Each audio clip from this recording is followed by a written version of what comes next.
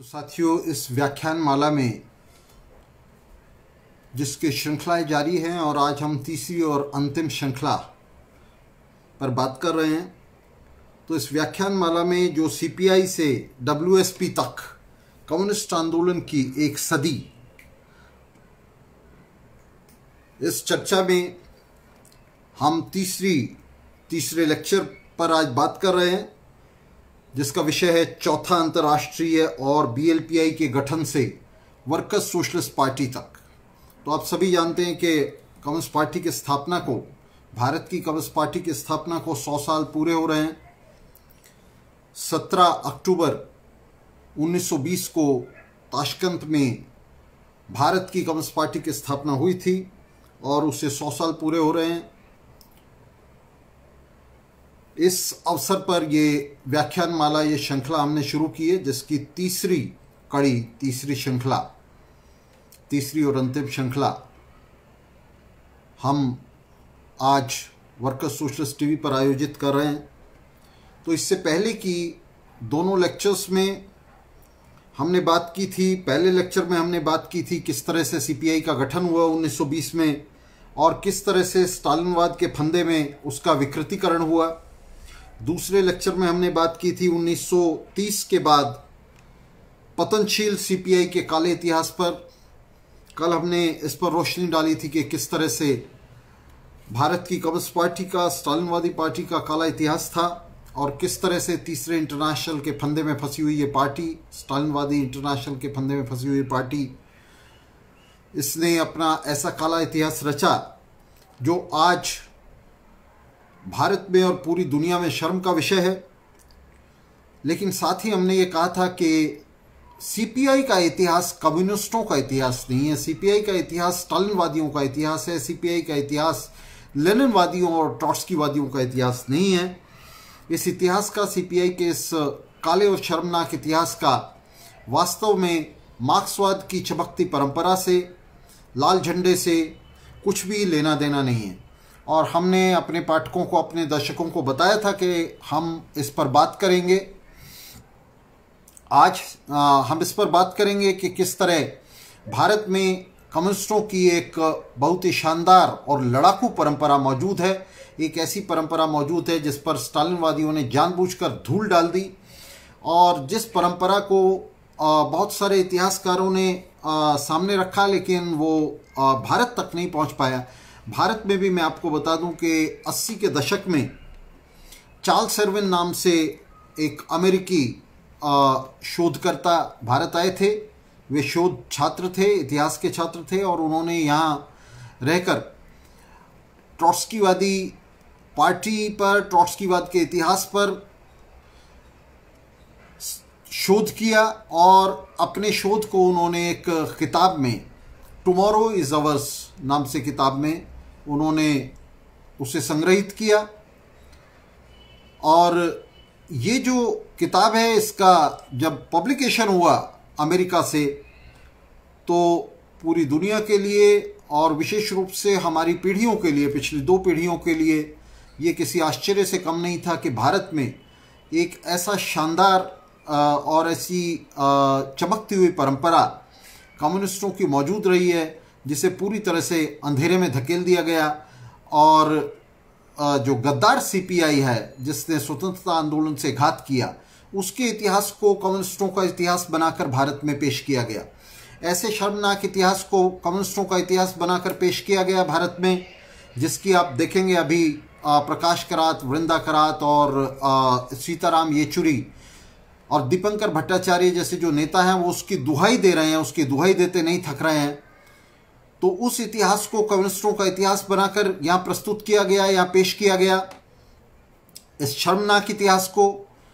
और ये जो शानदार इतिहास था कम्युनिस्टों का, जो उनकी चमकती हुई परंपरा थी, इसे पूरी तरह से अंधेरे में धकेल दिया गया। तो आज हम उस पर बात कर रहे हैं। आज हम तीसरे लेक्चर में इस शानदार परंपरा पर, इस इतिहास पर बात कर रहे हैं। तो सबसे पहले हम आपको बताना चाहेंगे कि ये ट्रॉट्स्कीवाद का जो प्रचार भारतीय उपमहाद्वीप पर है, ट्रॉट्स्कीवाद की जो परंपरा सबसे पहले बननी शुरू हुई, ये भारत से भी पहले श्रीलंका में शुरू हुई। और ये बड़े आश्चर्य का विषय है कि श्रीलंका जैसा देश, जो एक छोटा सा देश, और उस समय तो ये ब्रिटेन की कॉलोनी था, सीलोन इसे कहा करते थे, सीलोन के नाम से। तो सीलोन में, आज के श्रीलंका में, ट्रॉट्स्कीवाद सबसे पहले पहुंचा। और ट्रॉट्स्कीवाद किस तरह से पहुंचा? ये ट्रॉट्स्की के या चौथे इंटरनेशनल के संपर्क में नहीं पहुंचा, बल्कि वहाँ जो कम्युनिस्ट पार्टी मौजूद थी LSSP के नाम से, लंका समसमाज पार्टी के नाम से, उस पार्टी के भीतर फूट और विग्रह के रूप में पहुंचा। जब ये पार्टी अपने राष्ट्रवादी तेवरों के साथ, मिलिटेंट राष्ट्रवादी तेवरों के साथ सामने आई थी, LSSP, लंका समसमाज पार्टी इसका नाम था। उस समय भी इसके अंदर मार्क्सवादी तत्व मौजूद थे, जिन्होंने आगे चलकर हम आपको बताएंगे किस तरह से उन्होंने शानदार भूमिका निभाई। तो ये जो आंदोलन था, ये किस तरह से श्रीलंका में विकसित हुआ, सबसे पहले हम उसे समझ लें, उस पर मैं रोशनी डालूंगा। तो स्टालिनवादी CPI के शर्मनाक और गले सड़े इतिहास के साथ साथ भारत में ट्रॉट्स्कीवादी कम्युनिस्ट आंदोलन का ये जो शानदार इतिहास मौजूद है, इस पर हम बात करते हैं। और इस पर बात करते हुए हम श्रीलंका से शुरू कर रहे हैं।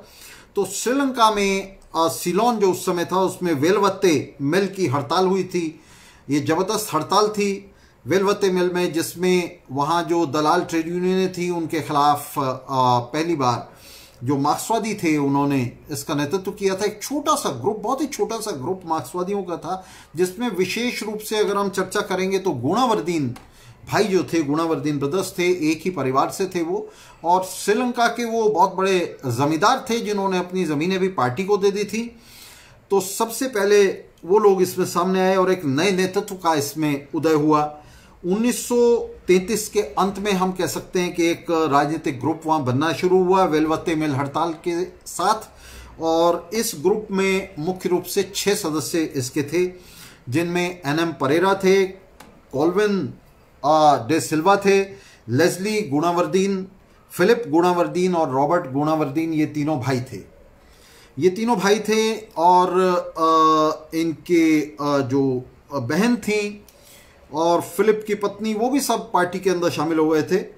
इन लोगों ने कम करुआ नाम से वहाँ अखबार निकाला, कम करुआ वर्कर नाम से अखबार निकाला। और मजदूर आंदोलन में इन्होंने सीधा हस्तक्षेप करना शुरू किया। इस छोटे से ग्रुप ने, जो 6 लोगों का ग्रुप था, उस समय जिस समय इन्होंने हस्तक्षेप शुरू किया, उस समय सीलोन के अंदर, श्रीलंका के अंदर, एक तो सीलोन नेशनल कांग्रेस थी, जो हमारी कांग्रेस की तरह, कांग्रेस पार्टी की तरह, वहाँ एक बूर्जुआ पार्टी थी, बूर्जुआ दक्षिणपंथी पार्टी थी।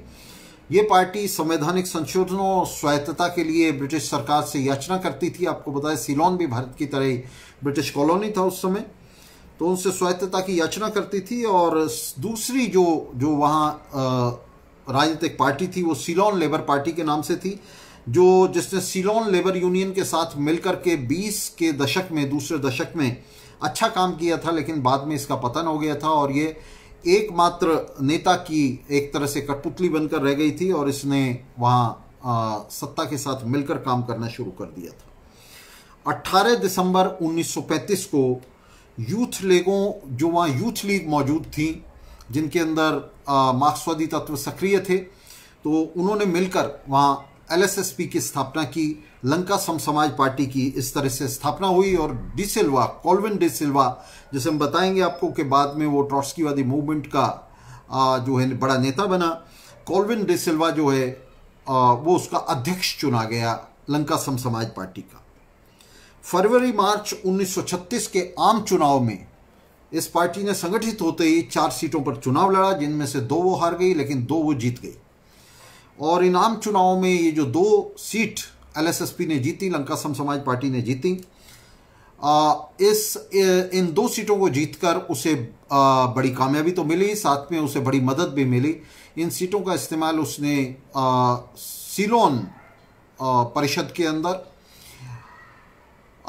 जबरदस्त क्रांतिकारी प्रचार के लिए किया। और इतिहासकार बताते हैं कि किस तरह से सीलोन परिषद की जो दीवारें हैं, उसके सभा कक्ष की जो दीवारें हैं, वो गरीबों और मजलूमों की आवाज़ से गूंजने लगी। उनके अंदर गरीबों और मजलूमों की आवाज़ गूंजने लगी। ये बहुत ज़्यादा वोकल थे, जो दो साथी थे बहुत ही सक्रिय थे, और इनके रहते सिलोन परिषद जो है उसके अंदर मार्क्सवाद का क्रांति का जो प्रचार है, क्रांतिकारी प्रचार है, वो शुरू हुआ। 10 जुलाई 1936 को एक सिंघली साप्ताहिक सम समाज की स्थापना हुई और उसकी शुरुआत हुई। और तमिल में 1938 में सम समर्थम नाम से अखबार शुरू हुआ, यह भी साप्ताहिक था। और 1940 तक इनका दमन होने तक, जब दूसरा विश्व युद्ध शुरू हुआ तो इनका दमन होने तक ये दोनों अखबार बहुत ही बेहतरी के साथ काम करते रहे और इन्होंने क्रांतिकारी पत्रकारिता में अपनी जगह बनाई। मजदूरों के बीच में मजदूरों की आवाज़ बुलंद करते रहे और 1939 से इन्होंने युद्ध विरोधी प्रचार छेड़ दिया। युद्ध विरोधी प्रचार बहुत ही मिलिटेंट प्रचार इन्होंने छेड़ा, लेकिन सरकार, क्योंकि अभी तक वास्तविक युद्ध शुरू नहीं हुआ था, तो सरकार इन्हें जो इग्नोर करती रही। लेकिन 1940 में जैसे ही एक वास्तविक युद्ध, दूसरा विश्व युद्ध शुरू हुआ, ब्रिटेन और जर्मनी के बीच में ये युद्ध शुरू हुआ, तो इन दोनों अखबारों का दमन हो गया, इन पर पाबंदी लगा दी गई और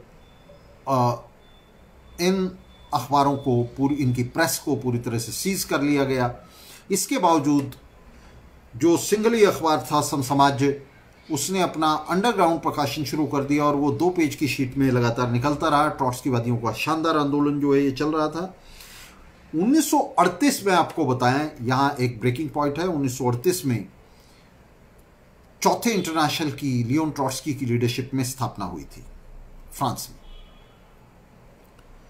चौथे इंटरनेशनल की स्थापना हुई थी, चौथा अंतर्राष्ट्रीय स्थापित हुआ था। आप जानते हैं कि हिटलर के सत्ता में आ जाने के बाद, उसके बाद भी जब तीसरे इंटरनेशनल के अंदर विरोध के कोई स्वर नहीं निकले, तो लियोन ट्रॉट्स्की ने घोषणा की कि तीसरा इंटरनेशनल मर चुका है, तीसरे इंटरनेशनल का अंत हो गया है। और लियोन ट्रॉट्स्की और उसके नेतृत्व वाले वाम विपक्ष ने एक नए वाइब्रेंट, एक जिजीविषा वाले अंतर्राष्ट्रीय के बारे में सोचना शुरू किया और यहाँ से चौथे इंटरनेशनल की, चौथे अंतर्राष्ट्रीय की, चौथे कम्युनिस्ट अंतर्राष्ट्रीय की सैद्धांतिक नींव पड़ी। और इस सैद्धांतिक नींव के साथ साथ उसकी राजनीतिक संगठन के लिए कोशिशें शुरू हो गई। 1938 में जाकर चौथे अंतर्राष्ट्रीय का संगठन हुआ। चौथे अंतर्राष्ट्रीय के संगठन के बावजूद एलएसएसपी, लंका सम समाज पार्टी, चौथे इंटरनेशनल के साथ सीधी नहीं जुड़ी, लेकिन लंका सम समाज पार्टी के अंदर विग्रह शुरू हो गया। और आपको बताएं कि जो चौथा इंटरनेशनल है, चौथे इंटरनेशनल के स्थापना के साथ दुनिया भर में ये जो आवाज़ है स्टालिनवादी पतन के खिलाफ, स्टालिनवादियों की नीति के खिलाफ, ये गूंजने लगी। और एलएसएसपी जो शुरू से युद्ध का विरोध कर रही थी, 1939 से एलएसएसपी लगातार युद्ध का विरोध कर रही थी। जून 13, 1940 को पेरिस का पतन हुआ। पेरिस में नाजी फौजें घुस गईं और पेरिस का पतन हुआ फ्रांस में। और इसके साथ ही युद्ध का विरोध करने के लिए सिलोन सरकार ने एलएसएसपी के तमाम नेताओं को गिरफ्तार कर लिया। एलएसएसपी के तमाम नेता गिरफ्तार हो गए। जून 23, 1940 को एक रैली की गई, बहुत बड़ी रैली हुई कोलंबो में, जिसमें हजारों की तादाद में मजदूरों ने हिस्सा लिया। गिरफ्तार नेताओं को, गिरफ्तार ट्रॉट्स्कीवादी नेताओं को रिहा करने की मांग को लेकर इस रैली पर भयंकर दमन हुआ। इस रैली को पुलिस ने बल प्रयोग के जरिए तोड़ दिया और वहां मौजूद नेताओं को भी गिरफ्तार कर लिया। बहुत सारे दूसरे ट्रॉट्स्कीवादी नेता भी गिरफ्तार हुए। जून 27, 1940 को सिलोन परिषद ने एक रेजोल्यूशन पास किया सर्वसम्मति से, क्योंकि उसके अंदर जो ट्रॉट्स्कीवादी एलएसएसपी के 2 नेता थे वे गिरफ्तार हो चुके थे। तो सर्वसम्मति से एक रेजोल्यूशन पास हुआ जिसमें 50 लाख जो सिलोनीज मुद्रा है वो युद्ध फंड में दे दी गई। ट्रॉट्स्कीवादियों के प्रचार के चलते, लंका सम समाज पार्टी के प्रचार के चलते सिलोन में औद्योगिक हड़ताल फैलने लगी, मजदूर हड़ताल फैलने लगी और मई 1941 में ये औद्योगिक हड़ताल अपने चरम पर पहुंच गई, जिसमें मजदूरों के अलग अलग सेक्शंस, जिसमें ट्रांसपोर्ट वर्कर्स से लेकर म्यूनिसिपल वर्कर्स तक सब शामिल थे, वे बड़ी आम हड़ताल में शामिल हो गए और ये हड़ताल एक आम हड़ताल में बदलती चली गई। और इस हड़ताल का नेतृत्व जो है वहाँ एलएसएसपी कर रही थी। एलएसएसपी बड़े पैमाने पर इसमें शामिल थी। 1941 के मध्य में आप जानते हैं कि सोवियत संघ पर जर्मन हमला हुआ। हिटलर ने सोवियत संघ पर हमला कर दिया और इस जर्मन हमले के साथ सोवियत संघ के पर ये जो स्टालिनवादी थे एलएसएसपी के अंदर, भारत में भी और श्रीलंका में भी, इन स्टालिनवादियों ने अपना स्टैंड बदल दिया। इन्होंने कहा कि भाई अब सोवियत संघ पर हमला हो गया है, इसलिए अब हम युद्ध का विरोध नहीं करते, बल्कि जो ब्रिटिश कॉलोनीज हैं उनके अंदर हम युद्ध का समर्थन करेंगे। ब्रिटिश सरकार को हम समर्थन देंगे युद्ध प्रयासों में कि वो जर्मनी के खिलाफ लड़े। ट्रॉट्स्कीवादियों ने अपना स्टैंड चेंज करने से मना कर दिया। उन्होंने कहा किसी एक देश के शामिल होने से या ना शामिल होने से युद्ध के मूल चरित्र पर कोई फर्क नहीं पड़ता। युद्ध में पहले भी साम्राज्यवादी ताकतें हिस्सा ले रही थी, युद्ध पहले भी साम्राज्यवादी ताकतों के बीच में था और अब भी साम्राज्यवादी ताकतों के बीच में है। और इसके अंदर जो दो साम्राज्यवादी शिविर हैं, एक तरफ एलाइज हैं, मित्र शक्तियां हैं, दूसरी तरफ एक्सिस पावर्स हैं, धुरी शक्तियां हैं। तो इनके बीच में जो युद्ध है दो साम्राज्यवादी ताकतों के, ये सोवियत संघ पर हमला होने या ना होने से इसका चरित्र नहीं बदलता। और ये पूरी तरह ब्रिटेन को सहयोग देना इस युद्ध में पूरी तरह से गलत है। ब्रिटेन के पीछे मेहनतकश जनता को, कॉलोनीज की, उपनिवेशों की मेहनतकश जनता को बांध देना पूरी तरह से गलत है। तो ट्रॉट्स्कीवादियों ने पूरी तरह से इनकार कर दिया इससे, जिसका परिणाम ये हुआ कि भारत में सीपीआई के अंदर से ट्रॉट्स्कीवादियों को बाहर निकाल दिया गया। लेकिन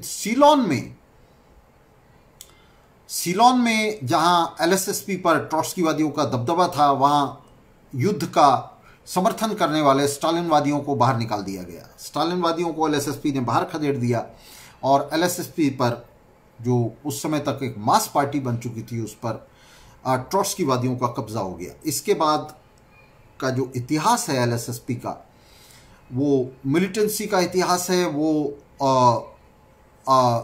जंगजू इतिहास है। और इस इतिहास में मैं आपको बताना चाहूँगा कि एलएसएसपी ने अंडरग्राउंड प्रेस के जरिए बहुत ही शानदार युद्ध विरोधी प्रचार किया। उसने युद्ध के खिलाफ वहाँ मज़दूरों और मेहनतकशों को, विशेष रूप से चाय बागान के मज़दूरों को, ट्रांसपोर्ट मज़दूरों को, म्यूनिसिपल मज़दूरों को बड़े पैमाने पर उसने लामबंद कर लिया युद्ध के खिलाफ। और युद्ध के खिलाफ एलएसएसपी ने एक पूरी मुहिम खड़ी कर दी, जिससे जो सीलोन सरकार है वो सख्ते में आ गई। एलएसएसपी इस बिंदु पर, जैसा मैंने बताया, कि पूरी तरह से ट्रॉट्स्कीवाद की तरफ मुड़ गई और उसने ट्रॉट्स्कीवाद के विरोधी जो स्टालिनवादी थे, जो ब्रिटिश सरकार को समर्थन दे रहे थे, उसके लिए दलाली कर रहे थे युद्ध में, उन्हें बाहर खदेड़ दिया। मैं आपको बता दूं कि इसके साथ ही साथ यहाँ सीपीआई, ये जो मोड़ था 1941 के बाद का, और विशेष रूप से भारत में 1942 में बहुत स्पष्ट रूप से सामने आया, जब सीपीआई ने यहाँ आंदोलन से गद्दारी करते हुए, स्वतंत्रता आंदोलन से गद्दारी करते हुए ब्रिटिश सरकार का पक्ष लेना शुरू किया। उसके लिए फौज में भर्तियां शुरू की, उसके लिए युद्ध के लिए चंदा जमा करना शुरू किया और उसने खुफियागिरी शुरू कर दी ब्रिटिश सरकार के लिए। तो इसी तरह से जो स्टालिनवादी सीलोन में खुफियागिरी कर रहे थे और ब्रिटिश सरकार से सहयोग कर रहे थे, तो उन्हें एलएसएसपी से निकाल दिया गया। भारत में भी साथ साथ सीपीआई, स्टालिनवादी सीपीआई यही सब कर रही थी। तो यहाँ बड़ा दमन शुरू हुआ सीलोन के अंदर, श्रीलंका के अंदर ट्रॉट्स्कीवादियों पर, क्योंकि एलएसएसपी पर ट्रॉट्स्कीवादियों का कब्जा हो गया था और एलएसएसपी जो है वो युद्ध के खिलाफ लड़ रही थी और ब्रिटिश सरकार के खिलाफ लड़ रही थी, उपनिवेशवादियों के खिलाफ लड़ रही थी। तो ये बड़ा दमन हुआ जिसमें एलएसएसपी के लगभग तमाम नेताओं को पकड़कर जेल में बंद कर दिया गया। यहाँ एक बड़ी शानदार कार्रवाई जो है वो ट्रॉट्स्कीवादियों ने की, जिसमें जो ऐतिहासिक कार्रवाई है 7 अप्रैल की रात को ट्रॉट्स्कीवादी नेताओं ने कोलंबो जेल ब्रेक कर दिया। कोलंबो जेल तोड़ दी गई और उसके अंदर से जो नेता हैं एलएसएसपी के, वे जेल गार्ड को भी साथ लेकर भाग निकले। जेल गार्ड जिसने उनकी मदद की जेल ब्रेक में, उसे भी साथ लेकर वे जेल से भाग निकले और ये नेता वहाँ से भागकर जेल गार्ड को भी साथ लेकर भारत आ गए। भारत में पहले से ट्रॉट्स्कीवादी गुट मौजूद थे, कई ग्रुप काम कर रहे थे। कलकत्ता में काम कर रहे थे, कानपुर में काम कर रहे थे, मद्रास में काम कर रहे थे, गुजरात के अहमदाबाद में काम कर रहे थे और इस तरह से कई शहरों में जो है ये ग्रुप काम कर रहे थे। तो यहाँ आकर उन्होंने जो है इन ग्रुपों के साथ मिलकर एक पार्टी बनाने का कार्यक्रम शुरू कर दिया। उनके पीछे उनकी सारी संपत्तियां जो हैं, जो बची कुची संपत्तियां थी, वो सब नीलाम कर दी गई। सिलोन सरकार ने वो सब नीलाम कर दी और अप्रैल 1942 में भारत में बीएलपीआई का संगठन हुआ और ये बीएलपीआई सिर्फ भारत में नहीं, सिर्फ भारतीय उपमहाद्वीप पर नहीं, बल्कि सिलोन में और बर्मा में भी एक साथ संगठित हुई और इसका नाम भी यही रखा गया, BLPI, Bolshevik Leninist party of India, Ceylon and Burma. तो ये बहुत ही शानदार कार्रवाई थी जो जेल ब्रेक था, जिसके अंदर एलएसएसपी के नेता जेल तोड़कर आए और भारत में रहकर इन्होंने यहाँ मौजूद ट्रॉट्स्कीवादी ग्रुपों के साथ मिलकर शानदार तरीके से एकमात्र क्रांतिकारी पार्टी बीएलपीआई का संगठन किया। और मैं भी आपको बताऊंगा कि हम इस बीएलपीआई को एकमात्र क्रांतिकारी पार्टी क्यों कह रहे हैं। एलएसएसपी जो वहां मौजूद थी वो इस बीएलपीआई का सेक्शन बन गई और सिलोन में ये एलएसएसपी बीएलपीआई का सेक्शन बन के काम करने लगी। बीएलपीआई का मतलब था Bolshevik Leninist party of India, LSSP का मतलब था लंका समसमाज पार्टी। 9 अगस्त 1942 को भारत छोड़ो आंदोलन शुरू हुआ। इस भारत छोड़ो आंदोलन की, और गांधी ने इसे जानबूझकर शुरू किया था। गांधी जानता था कि जो सीपीआई है, स्टालिनवादी सीपीआई है भारत में, वो गद्दारी करेगी और इस तरह से जो पूरे उपनिवेशवाद विरोधी आंदोलन की लगाम है वो गांधी के हाथ में आ जाएगी। लेकिन बीएलपीआई ने भारत छोड़ो आंदोलन का विरोध नहीं किया, बल्कि बीएलपीआई ने अपने तमाम नेताओं और काडरों को का आह्वान किया कि वे भारत छोड़ो आंदोलन की अगली कतारों में शामिल हो जाएं, इसे नेतृत्व दें और कांग्रेस की नीति से बिल्कुल अलग और उसके ठीक उलट भारत छोड़ो आंदोलन को समाजवादी क्रांति की दिशा में निर्देशित करें और भारत छोड़ो आंदोलन को एक नई समाजवादी क्रांति का हॉटबेड बना दें। तो कई हजार जो हैं वो गिरफ्तार हुए, घायल हुए और 1000 लोग जो हैं वो पुलिस की गोलियों से मारे गए भारत छोड़ो आंदोलन के शुरू में। और इस भारत छोड़ो आंदोलन की अगली कतारों में ट्रॉट्स्कीवादी नेता हिस्सा ले रहे थे। और ठीक इसी समय जब बीएलपीआई इस भारत छोड़ो आंदोलन को न सिर्फ समर्थन दे रही थी बल्कि खुल्लम खुल्ला इसकी अगली कतारों में शामिल थी, स्टालिनवादी सीपीआई इसका खुला विरोध कर रही थी, इसके खिलाफ पर्चे बांट रही थी और इसके नेताओं को गिरफ्तार करा रही थी, ब्रिटिश पुलिस के लिए खुफियागिरी कर रही थी और स्वतंत्रता आंदोलन की पीठ में छुरी घोंप रही थी। तो सीपीआई का जो काला इतिहास है उसमें ये मील का पत्थर है, ये जो उसकी गद्दारी है, ये जो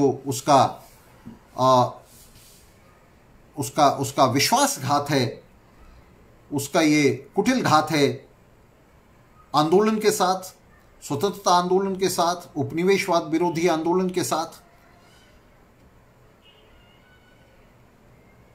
इस समय ट्रॉट्स्कीवादी बीएलपीआई इस आंदोलन को नेतृत्व दे रही थी, इसके नेता और काडर इस आंदोलन के अंदर शामिल थे और इसकी नीति कांग्रेस की दुम पकड़ने की नहीं थी, कांग्रेस की पूंछ पकड़ने की नीति नहीं थी। ये नहीं था कि भारत छोड़ो आंदोलन की पूंछ बनी हुई थी बीएलपीआई, नहीं। बीएलपीआई की नीति थी कि गांधी की और कांग्रेस की नीति के ठीक विपरीत, जो इसे अहिंसात्मक प्रतिरोध तक सीमित रखना चाहते थे, उसके ठीक विपरीत इसे एक जबरदस्त समाजवादी क्रांति में, सर्वहारा क्रांति में तब्दील कर दिया जाए। 1943 में एक स्टालिनवादी ने पुलिस की खुफियागिरी करते हुए बंबई के अंदर, जहां फिलिप गुणावर्दीन, उनकी पत्नी और उनका छोटा दुधमुआ बच्चा रह रहे थे, उन्हें गिरफ्तार करवा दिया।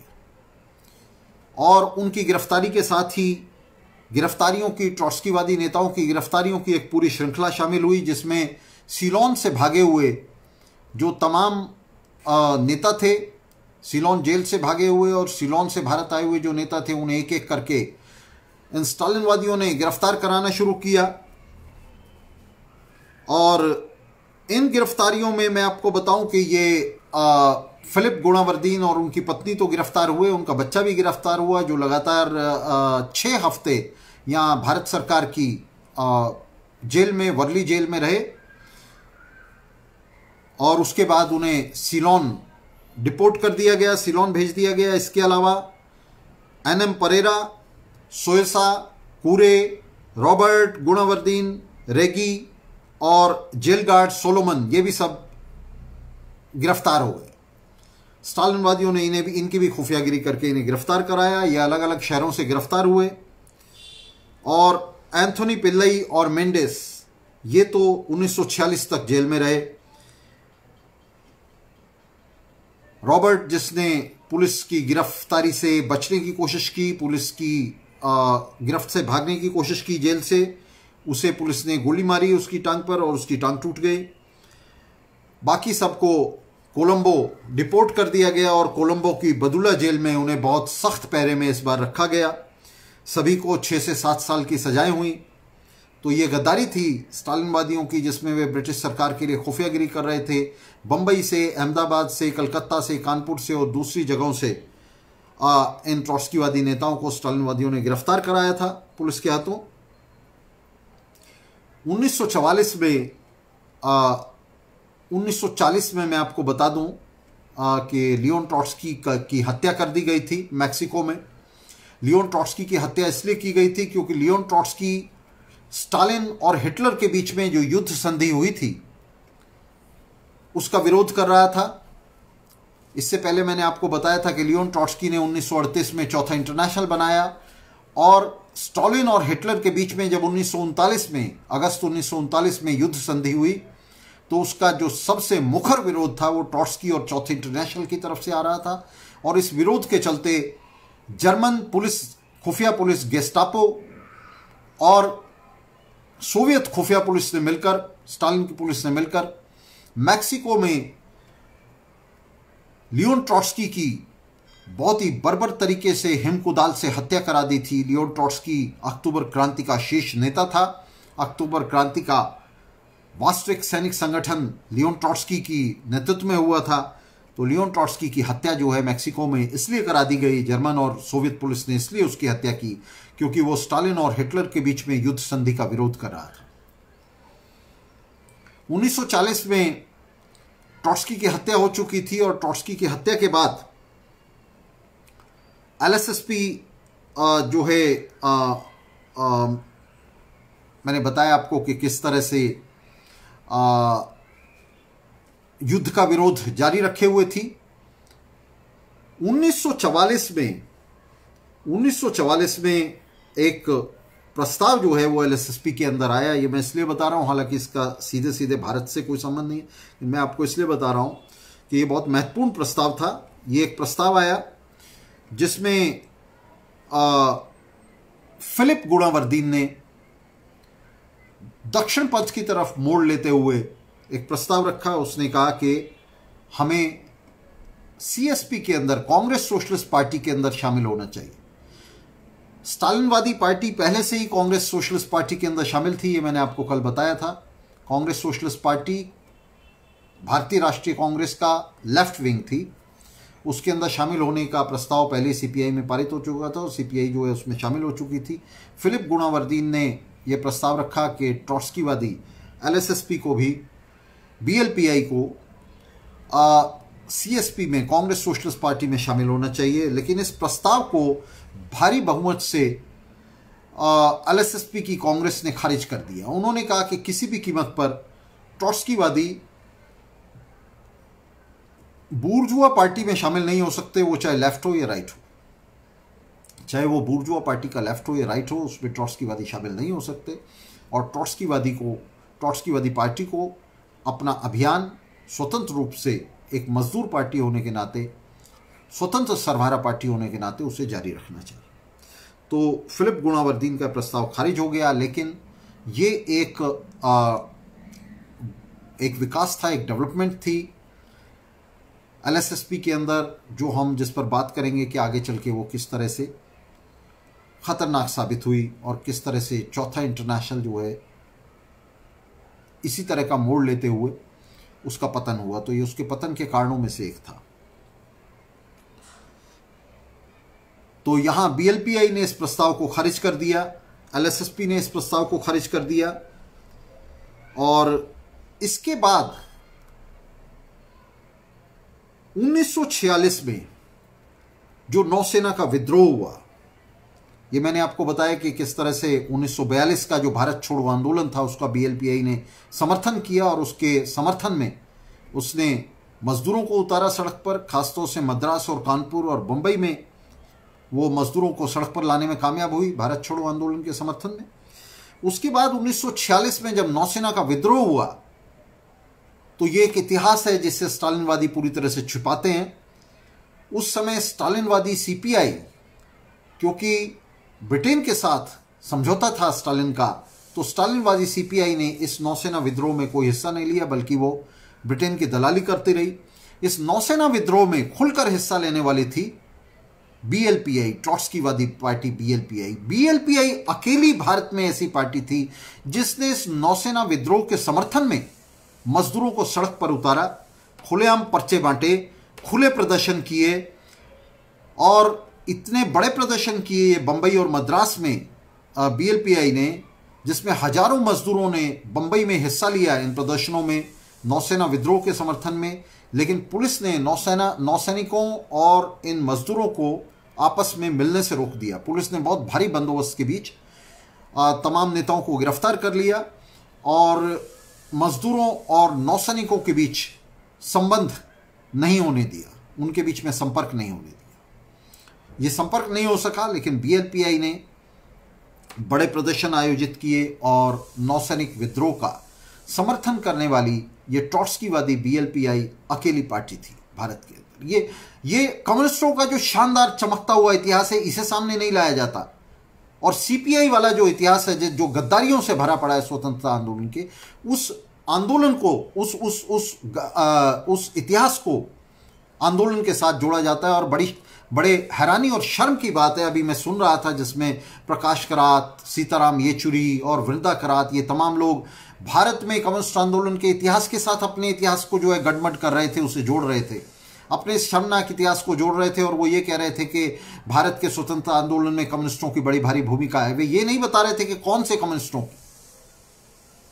तो जिन कम्युनिस्टों की भूमिका है भारत के स्वतंत्रता आंदोलन में, वो कम्युनिस्ट जो हैं वो प्रकाश करात, सीताराम येचुरी और इनकी पार्टियां नहीं है, डी राजा की पार्टी नहीं है, भट्टाचार्य की पार्टी नहीं है। जिन कम्युनिस्टों की इस आंदोलन में शानदार भूमिका है वो हम हैं, वो ट्रॉट्स्कीवादी हैं। वो ट्रॉट्स्कीवादियों की पार्टी बीएलपीआई है, Bolshevik Leninist party of India है। तो स्टालिनवादियों की जो भूमिका है वो ना सिर्फ नगण्य और शून्य है, बल्कि वो नकारात्मक है। उन्होंने गद्दारी की, उन्होंने घात किए और स्वतंत्रता आंदोलन को सींचने वाले, अपने खून से सींचने वाले जो लोग हैं वो हम हैं, वो ट्रॉट्स्कीवादी हैं, जिनके इतिहास पर इन लोगों ने जानबूझकर मिट्टी डाल दी है, उस पर इन्होंने राख डाल दी है। तो वर्कर्स सोशलिस्ट टीवी उस राख में दबी हुई इन चिंगारियों को फिर से बाहर ला रहा है, फिर से उस सच्चे इतिहास को आपके सामने हम ला रहे हैं।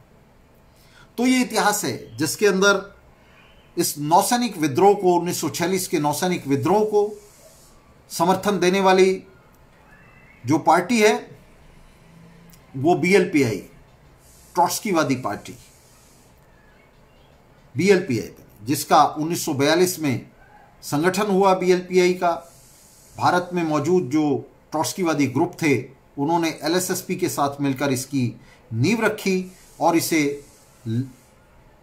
लियोन ट्रॉट्स्की के नेतृत्व वाले चौथे अंतर्राष्ट्रीय के साथ जोड़ दिया। ये चौथे अंतर्राष्ट्रीय का भारतीय उपमहाद्वीप पर सेक्शन बनी और ये सेक्शन बनते ही इसने अपनी शानदार कार्रवाइयाँ शुरू की। पहले ये भारत छोड़ो आंदोलन में शामिल हुई, उसे नेतृत्व दिया, और जब गांधी ने भारत छोड़ो आंदोलन की पीठ में छुरा भोंका, जब गांधीवादियों ने भारत छोड़ो आंदोलन की लगाम को ढीला छोड़ दिया, तो ट्रॉट्स्कीवादियों ने उसे आगे बढ़ाया और ट्रॉट्स्कीवादियों ने उसे आगे बढ़ाते हुए न सिर्फ इस भारत छोड़ो आंदोलन को समाजवादी क्रांति में तब्दील करने के, बदलने के प्रयास जारी रखे, बल्कि उन्होंने नौसैनिक विद्रोह को खुला समर्थन दिया। उसके समर्थन में बड़े प्रदर्शन किए मुंबई और मद्रास में। ये अकेली पार्टी थी जिसने, बीएलपीआई अकेली पार्टी थी जिसने भारत में माउंटबेटन प्लान का विरोध किया, जिसने भारत के सांप्रदायिक विभाजन का विरोध किया। और आपको बता दें कि इस सांप्रदायिक विभाजन का न सिर्फ कांग्रेस ने समर्थन कर दिया था, बल्कि जो कांग्रेस का लेफ्ट विंग था, सीएसपी, कांग्रेस सोशलिस्ट पार्टी, उसने भी एब्सटेंशनिज्म के जरिए अनुपस्थित होकर इसे जो है मौन समर्थन दे दिया था। तो पूरी कांग्रेस जो है वो इसे समर्थन दे रही थी और तमाम पार्टियां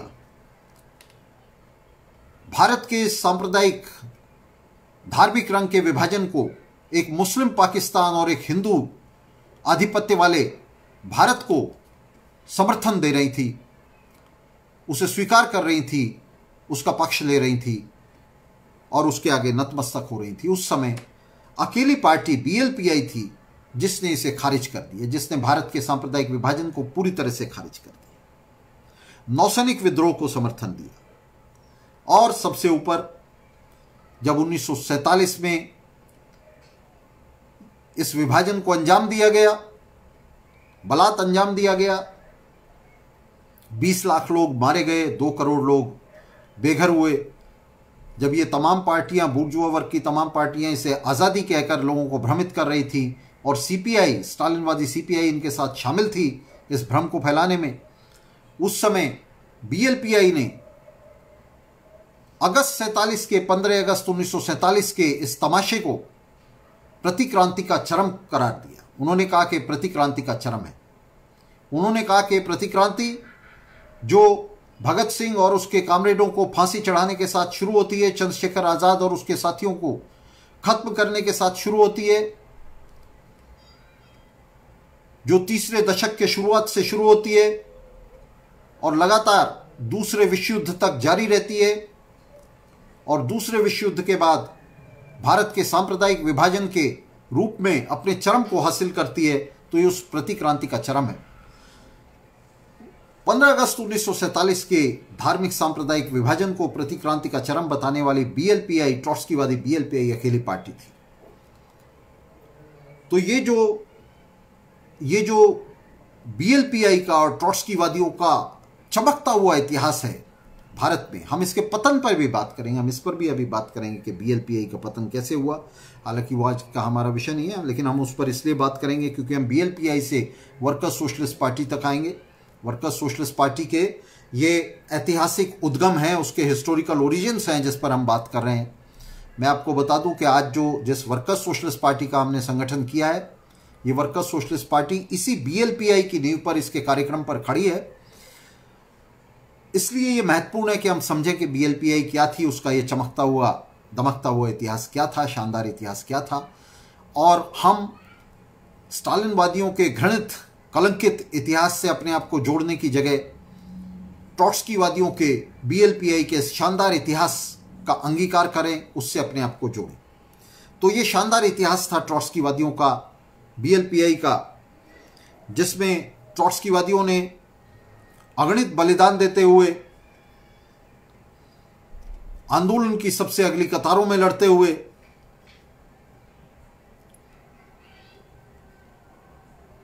स्वतंत्रता आंदोलन को आगे बढ़ाया, समाजवादी क्रांति के ध्येय को आगे बढ़ाया।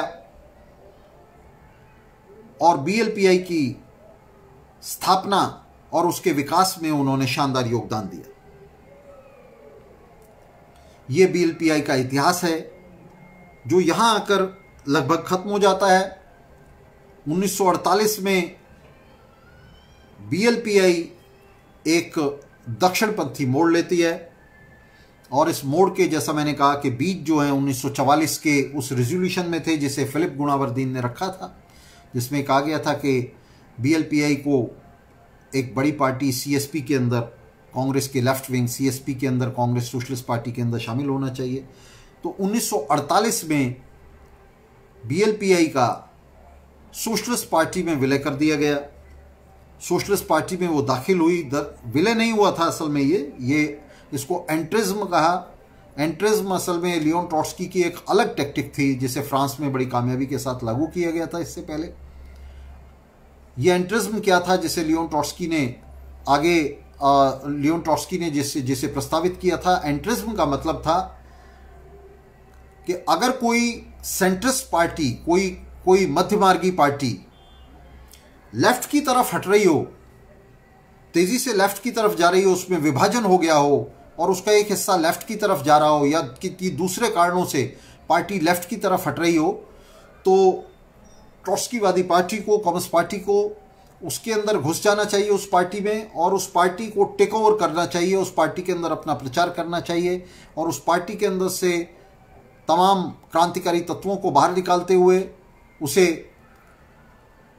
अपनी पार्टी में शामिल कर लेना चाहिए और अपनी पार्टी का इस तरह से विस्तार करना चाहिए। तो ये एंट्रिज्म था, ये एंट्रिज्म की टैक्टिक थी जिसे बड़े गलत तरीके से 1948 में अप्लाई किया गया। 1948 में जो सोशलिस्ट पार्टी थी ये किसी भी तरह से लेफ्ट की तरफ हटती हुई पार्टी नहीं थी, बल्कि ये जो सोशलिस्ट पार्टी थी ये दक्षिण की तरफ, राइट की तरफ हटती हुई पार्टी थी और इसलिए इस टैक्टिक्स को उल्टा अप्लाई किया गया और इसका परिणाम ये हुआ कि ये जो बीएलपीआई थी इसके अंदर विभाजन होते गए और इन विभाजनों के चलते बीएलपीआई का पतन होता गया। इसके साथ ही 1950 के दशक में चौथे इंटरनेशनल में, दूसरे विश्व युद्ध के बाद 1948 के साथ साथ ही उसमें ये प्रवृत्तियां उभरने लगी थी। 1950 में वे हावी हो गई चौथे इंटरनेशनल पर। जो मिशेल पाब्लो और बाद में अर्नेस्ट मंडेल जो चौथे इंटरनेशनल के नेता बने हुए, उनके नेतृत्व में यह प्रवृत्ति चौथे इंटरनेशनल पर हावी होने लगी। ये कहा जाने लगा कि दूसरे विश्व युद्ध के बाद अब और कोई रास्ता नहीं है, दुनिया का बंटवारा बूर्जुआ शक्तियों और स्टालिनवादियों के बीच में हो गया है, इसलिए अब लंबे समय ये इक्वेशन बनी रहेगी और हमें जो है ट्रॉट्स्कीवादियों को, जो स्टालिनवादियों के हाथ में मास पार्टियां हैं, उनके अंदर जाकर उनके अंदर लंबे समय हमें काम करना चाहिए और उनके अंदर जाकर हमें जो है बिल्टअप करना चाहिए इनकलाब का। तो ये बहुत ही गलत नीति थी, ये दक्षिणपंथी नीति थी, जिसकी वजह से जो पार्टियां इस तरह से शामिल हुई उनका भी और साथ में उस चौथे इंटरनेशनल का भी मिशेल पाब्लो और अर्नेस्ट मंडेल के नेतृत्व में, उनकी लीडरशिप में इस नीति को आगे बढ़ाया था जिसने इस पॉलिसी को सामने रखा था। स्टालिनवादी पार्टियों के अंदर, स्टालिनवादी संगठनों के अंदर जो पार्टियां शामिल हुई वे पूरी तरह से तिरोहित हो गई, उनका पतन हो गया और वास्तव में ये जो सोचा जा रहा था कि स्टालिनवादी पार्टियां जो हैं वे लंबे समय होल्ड ऑन करेंगी या उन्हें क्रांति की तरफ मोड़ा जा सकता है, ये पूरी तरह से गलत साबित हुआ। ये स्टालिनवादी पार्टियां धीरे धीरे प्रतिक्रांति का किला बन गई, उसका गढ़ बन गई और ये अपनी अपनी राष्ट्रीय सरकारों का समर्थन करने लगी। दुनिया में साम्राज्यवाद का ये मजबूत किला बन गई और ये जो नीति थी कि किसी तरह से इनके अंदर घुसकर हम किसी तरह का बदलाव कर सकते हैं और इन पार्टियों को जो है हम क्रांति के रास्ते पर ला सकते हैं या इनमें से बहुत सारे तत्वों को हम क्रांति के रास्ते पर ला सकते हैं, तो वो पूरी तरह से गलत साबित हुई। और इसके साथ ही बहुत सारे नेता जिनमें टेड ग्रांट भी एक थे, जिन्होंने इस तरह की नीतियां ली कि हमें ट्रॉट्स्कीवादी स्वतंत्र पार्टियां बनाने के बजाय स्टालिनवादी पार्टियों के भीतर काम करना चाहिए। तो ये तमाम पार्टियां जो हैं ये या तो तबाह हो गई या ये पूरी तरह से जो राष्ट्रीय बूर्जुआजी हैं उनकी दुम बन गई, विश्व साम्राज्यवाद की दुम बनकर रह गई। तो चौथे इंटरनेशनल में इस नीति के खिलाफ फूट पड़ गई और अमेरिकी क्रांतिकारी जेम्स पी केनन, उन्होंने एक चिट्ठी लिखी, लंबी चिट्ठी लिखी 1953 में, और उस चिट्ठी को लिखकर उन्होंने इस चौथे अंतर्राष्ट्रीय को दो फाड़ कर दिया, जिससे इसका विभाजन कर दिया, जिससे international committee of fourth international का जन्म हुआ।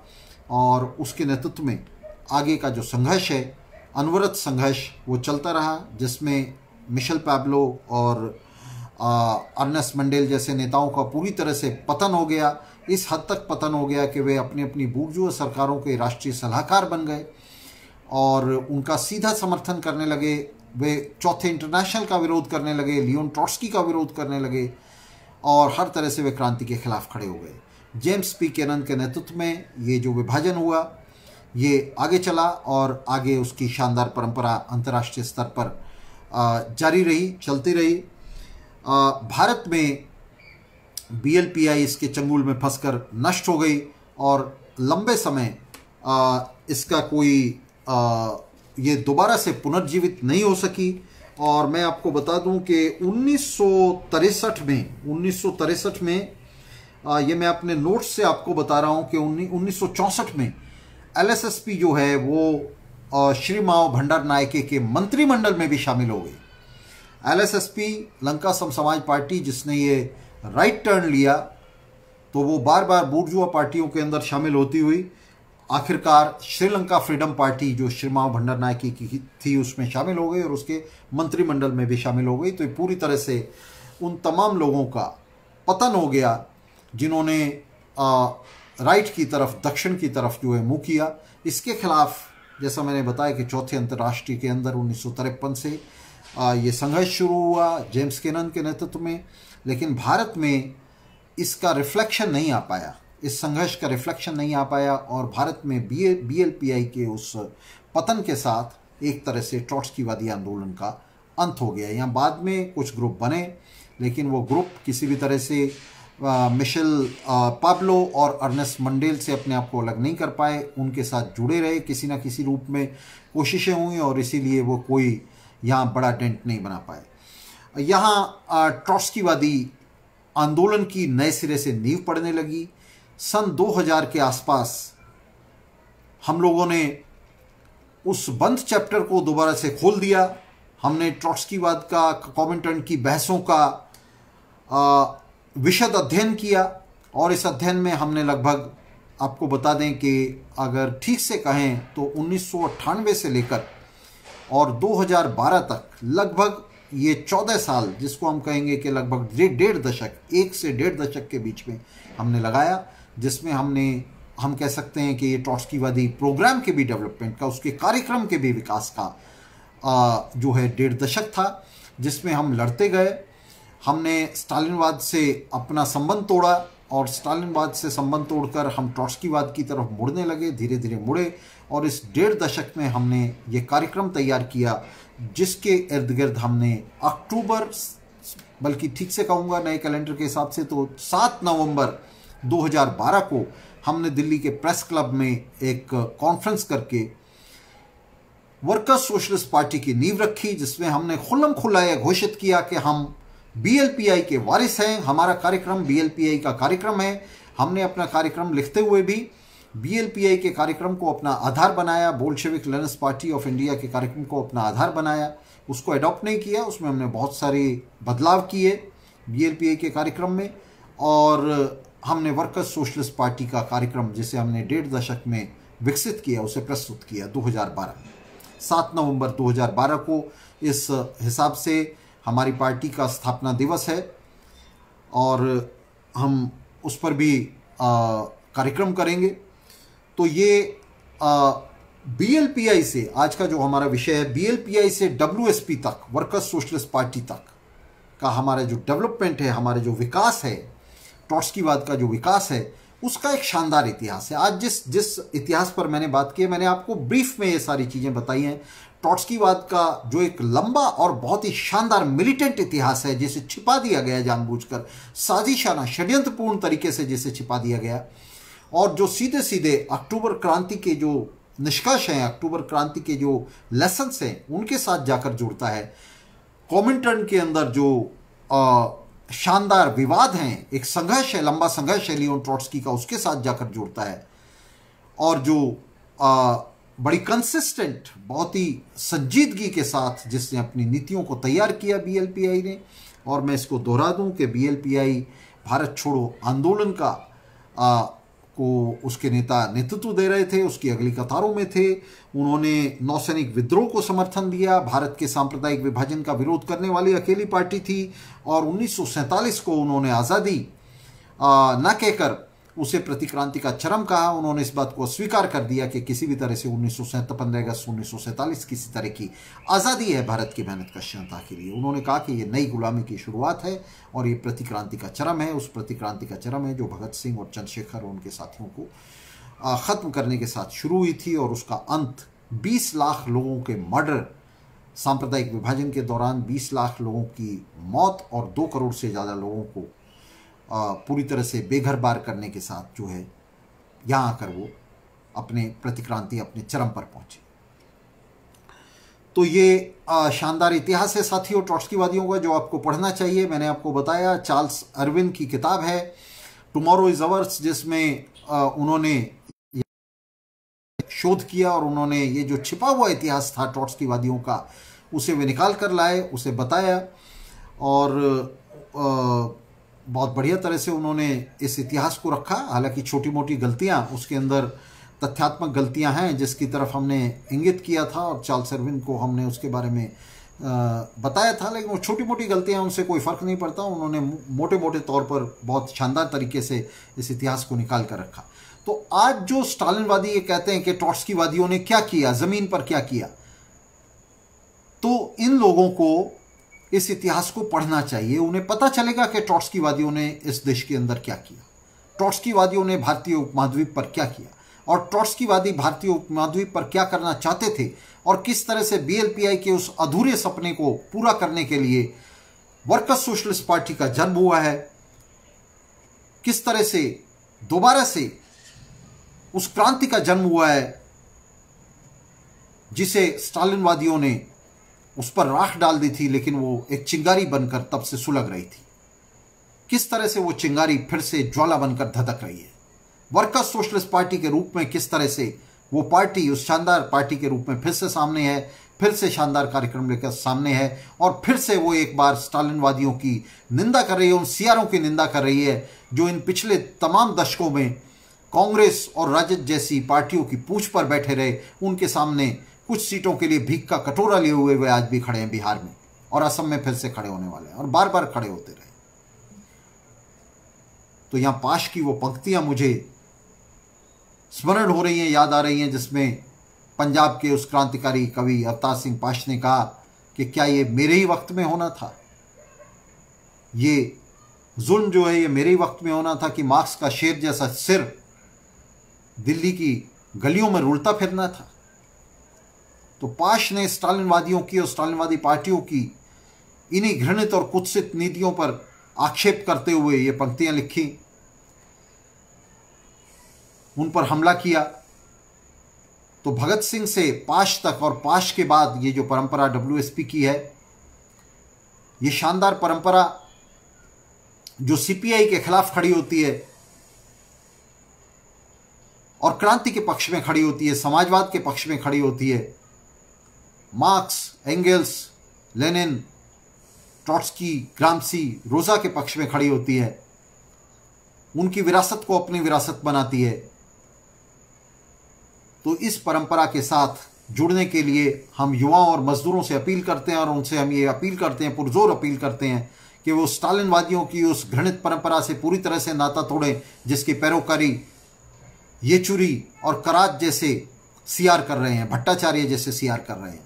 उन्होंने मार्क्सवाद को लुगदी बना दिया है, मार्क्सवाद की उन्होंने लाल झंडे को पोछा बनाकर वे बुर्जुआ नेताओं के जूते साफ कर रहे हैं। तो इन घृणित नेताओं से पूरी तरह से नाता तोड़ें, इनकी परंपरा से नाता तोड़ें, और इस चमकती हुई परंपरा से, ट्रॉट्स्कीवादियों की शानदार परंपरा से अपना नाता जोड़ें, बीएलपीआई से नाता जोड़ें, वर्कर्स सोशलिस्ट पार्टी से नाता जोड़ें।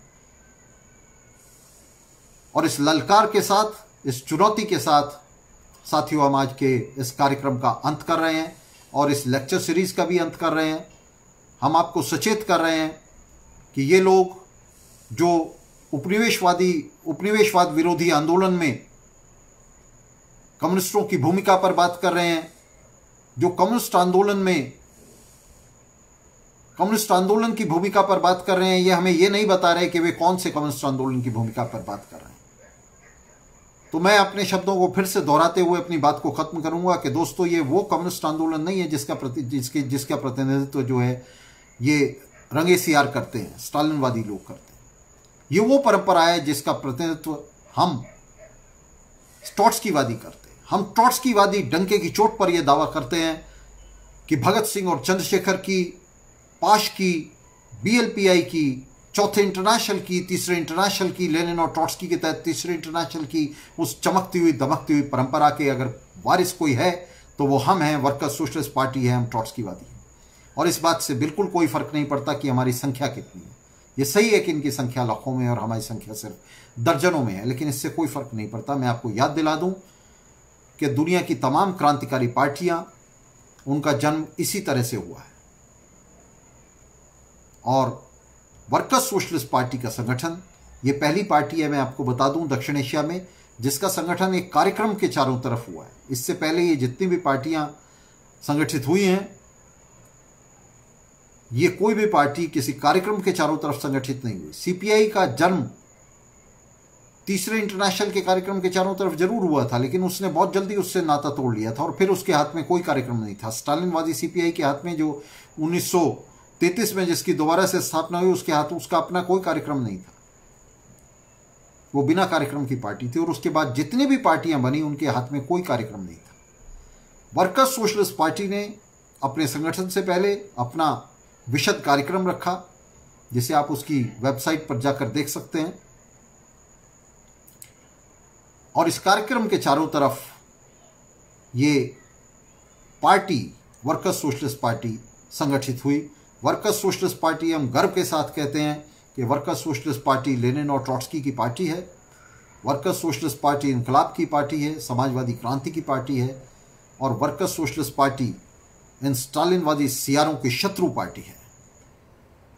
तो साथियों, इस लेक्चर के साथ, आज की इस वार्ता के साथ हम इस सीरीज़ का भी अंत कर रहे हैं। हमारी सीरीज़ थी, हम आपको बताना चाह रहे थे कि ये जो 100 वर्ष हैं कम्युनिस्ट पार्टी की स्थापना के, कम्युनिस्ट आंदोलन के, जो सीपीआई से शुरू होकर डब्ल्यूएसपी तक आते हैं, ये जो शानदार 100 वर्ष हैं, इनका ये जो गर्वित इतिहास है जिस पर हम गर्व कर सकते हैं, ये इतिहास सीपीआई के जरिए होकर के नहीं आता, स्टालिनवादी सीपीआई के जरिए होकर नहीं आता, बल्कि ये उस शानदार सीपीआई से शुरू होता है जिसकी स्थापना लेनिन और ट्रॉट्स्की के नेतृत्व वाले तीसरे इंटरनेशनल के निर्देशन में हुई थी। और उसके पतन के साथ फिर ये बीएलपीआई के साथ जुड़ता है, ट्रॉट्स्कीवादियों के साथ जुड़ता है, चौथे इंटरनेशनल के साथ जुड़ता है, और उनसे होते हुए, भगत सिंह की परंपरा से होते हुए, चौथे इंटरनेशनल से होते हुए, लियोन ट्रॉट्स्की से होते हुए, ट्रॉट्स्कीवादियों से होते हुए ये वर्कर्स सोशलिस्ट पार्टी तक पहुंचता है। तो हम साथियों से ये अपील करते हैं कि वे वर्कर्स सोशलिस्ट पार्टी के इन ऐतिहासिक उद्गमों को पढ़ें। वे स्टालिनवादियों की इस बेहुदा झक से बिल्कुल प्रभावित ना हो कि ट्रॉट्स्कीवादियों ने ज़मीन पर क्या किया।